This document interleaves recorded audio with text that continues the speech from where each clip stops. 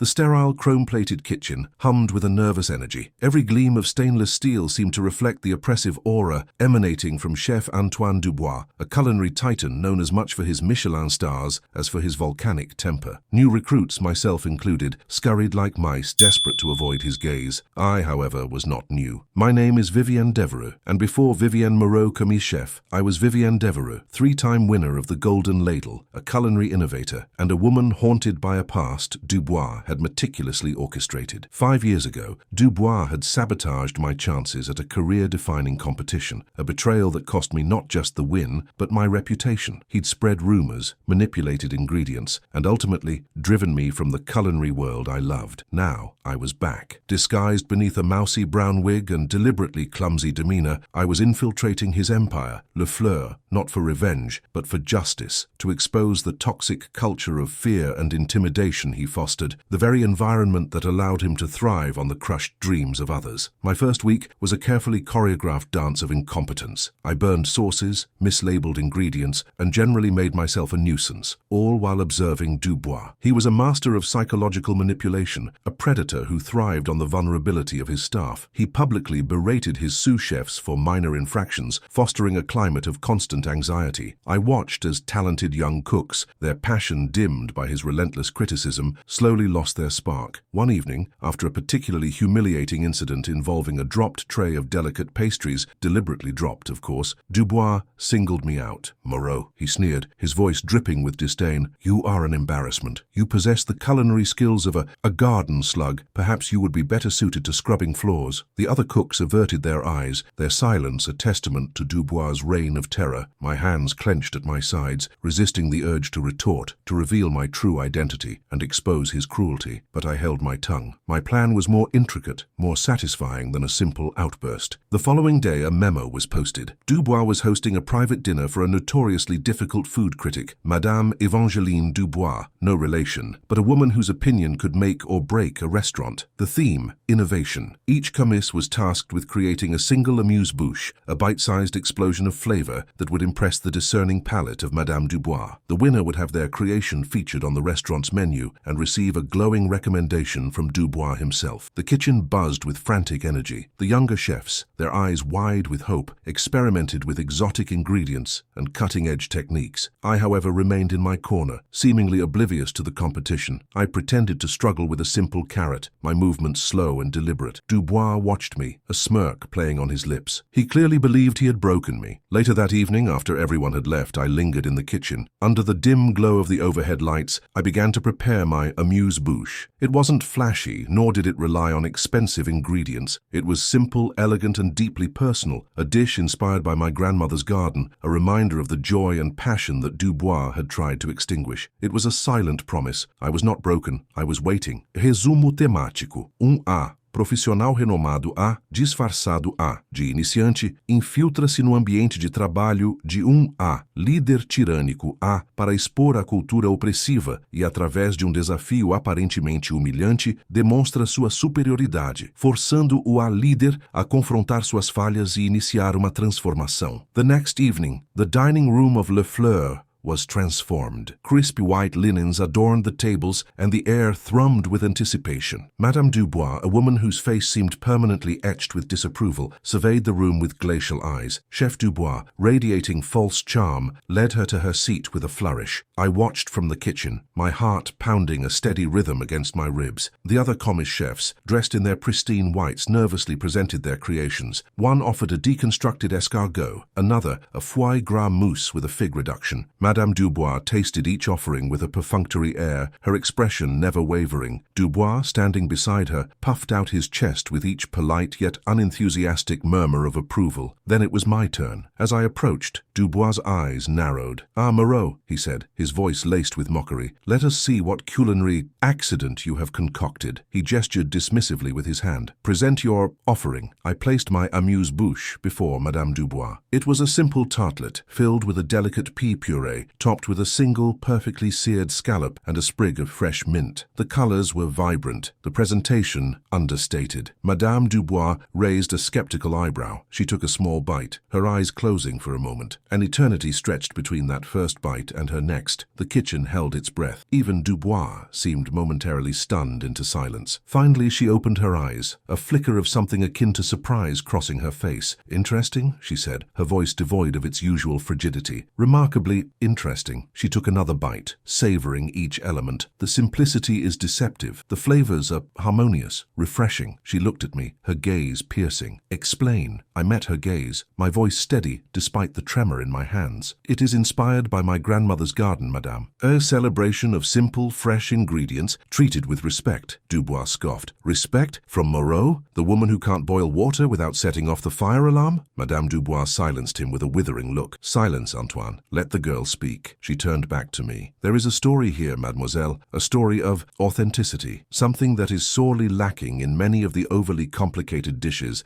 I have been subjected to this evening." She finished the tartlet, then looked at Dubois, her eyes glinting with barely suppressed amusement. "This, Antoine, is innovation. Not the forced, pretentious innovation you seem so fond of, but genuine, heartfelt innovation. The kind that comes from a place of passion and understanding." The silence in the room was deafening. The other chefs stared at me, their faces a mixture of disbelief and awe. Dubois' face was a mask of fury, his eyes burning with resentment. He had been publicly humiliated, not only in front of Madame Dubois, but in front of his entire staff. And he had been humiliated by me, the clumsy, incompetent commise he had so readily dismissed. He sputtered, But she's just a—" Madame Dubois cut him off again. "She is a chef, Antoine. Something you seem to have forgotten the meaning of." She rose from the table, her gaze sweeping over the room. "This tartlet will be featured on your menu, Antoine, and Mademoiselle Moreau will receive the credit she deserves." She paused, her eyes locking with mine. "I expect great things from you, mademoiselle. Do not disappoint me." With that, she swept out of the room, leaving Dubois simmering in his own impotent rage. The air in the kitchen, once thick with fear, now crackled with a newfound sense of hope. Resumo temático. Profissional renomado disfarçado de iniciante infiltra-se no ambiente de trabalho de líder tirânico para expor a cultura opressiva e, através de desafio aparentemente humilhante, demonstra sua superioridade, forçando o líder a confrontar suas falhas e iniciar uma transformação. Dubois stood frozen, a statue carved from bitter defeat. The other chefs, emboldened by Madame Dubois' pronouncements, began to murmur amongst themselves, casting furtive glances in my direction. A ripple of something akin to respect, even admiration, spread through the kitchen. I could feel their eyes on me, no longer filled with pity or disdain, but with a spark of curiosity. He finally found his voice, a strangled whisper. "Moreau, see me in my office, now." He turned on his heel and stalked away, his shoulders slumped, his aura of invincibility shattered. My heart pounded. This was it, the moment of truth. I straightened my shoulders, took a deep breath, and followed him. His office was a stark contrast to the bustling kitchen, a minimalist space decorated with framed Michelin stars and photographs of himself with culinary luminaries. He sat behind his large, imposing desk, his face a thundercloud. "Explain yourself," he demanded, his voice tight with barely suppressed rage. How did you create that dish?" I remained silent,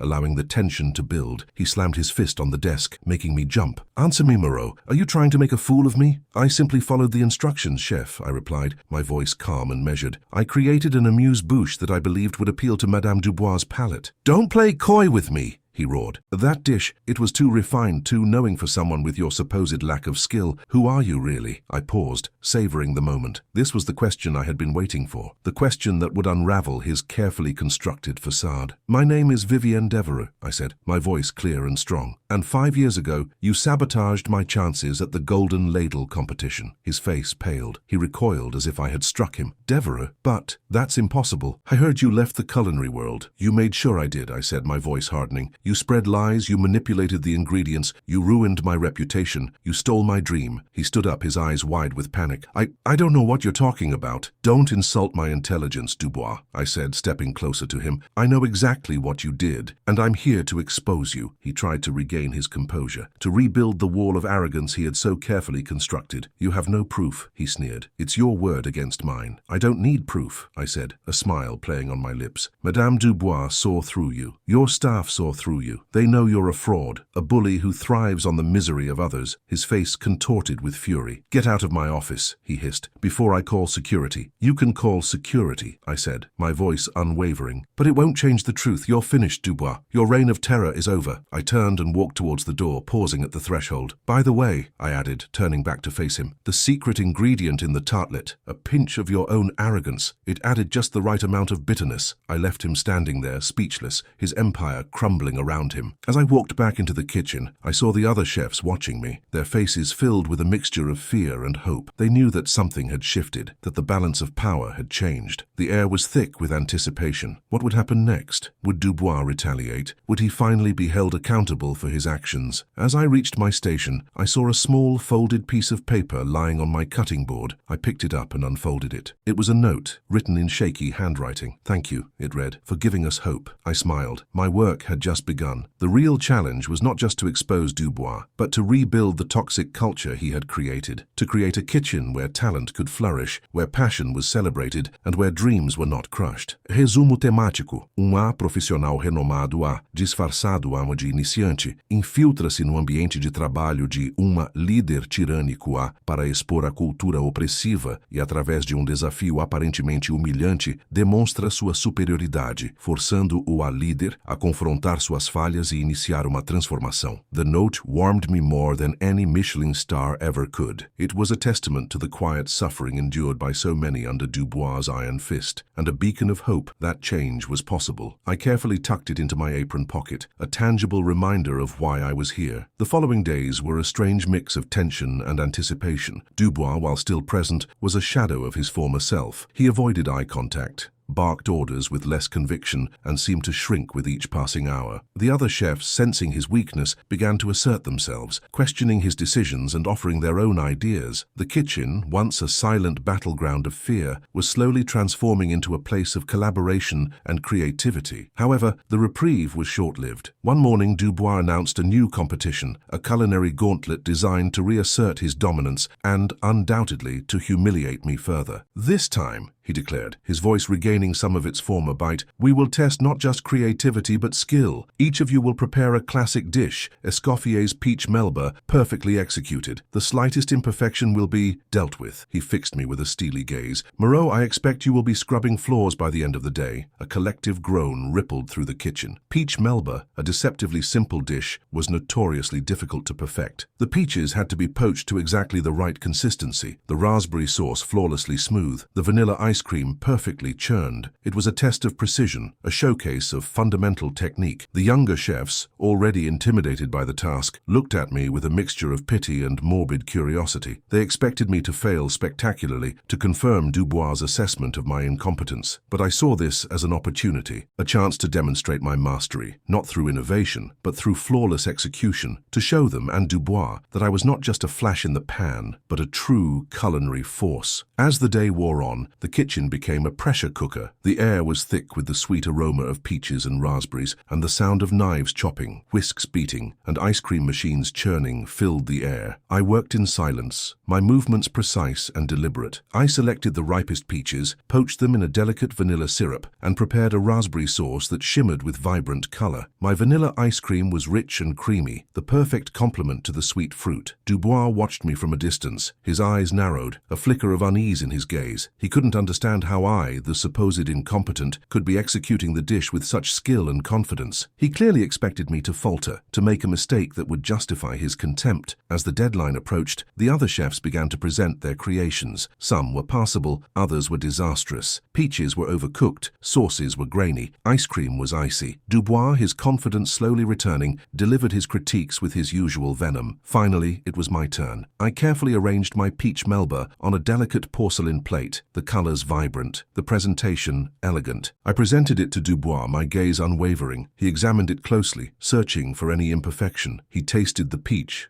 the sauce, the ice cream, his expression unreadable. The silence in the kitchen was deafening. Then, a flicker of surprise crossed his face. He took another bite, savoring the flavors. He looked at me, his eyes filled with a mixture of disbelief and grudging respect. This is perfect, he said, his voice barely above a whisper. Flawlessly executed. Impeccable. The other chefs gasped. They couldn't believe their ears. Dubois, the master of criticism, had actually praised my dish. He cleared his throat, regaining his composure. However, he continued, his voice regaining its edge, perfection is not enough. This is a classic dish. There is no innovation, no creativity. It is merely competent. He paused, his eyes glinting with malice. Therefore, Moreau, while your execution is commendable, your dish lacks the spark of originality required to win this competition. He declared another chef, whose peach melba was undeniably inferior to mine, but featured a superfluous dusting of edible gold leaf, the winner. The other chefs, deflated by Dubois' blatant favoritism, averted their eyes. But this time something was different. This time they didn't accept his decision without question. A low murmur of protest rippled through the kitchen. Someone dared to speak up. But chef, a young commis chef said, his voice trembling, Moreau's peach melba was perfect. It was the best dish here. It's not fair. Others echoed his sentiment. The murmurs grew louder, bolder. Dubois' face turned crimson with rage. Silence! He roared. I am the chef here. My decision is final. But his words had lost their power. The chefs had seen through his charade. They had witnessed his blatant injustice. They had tasted the truth. Then a voice cut through the noise, a voice that silenced the room. He's right, Antoine. It was Madame Dubois. She had returned,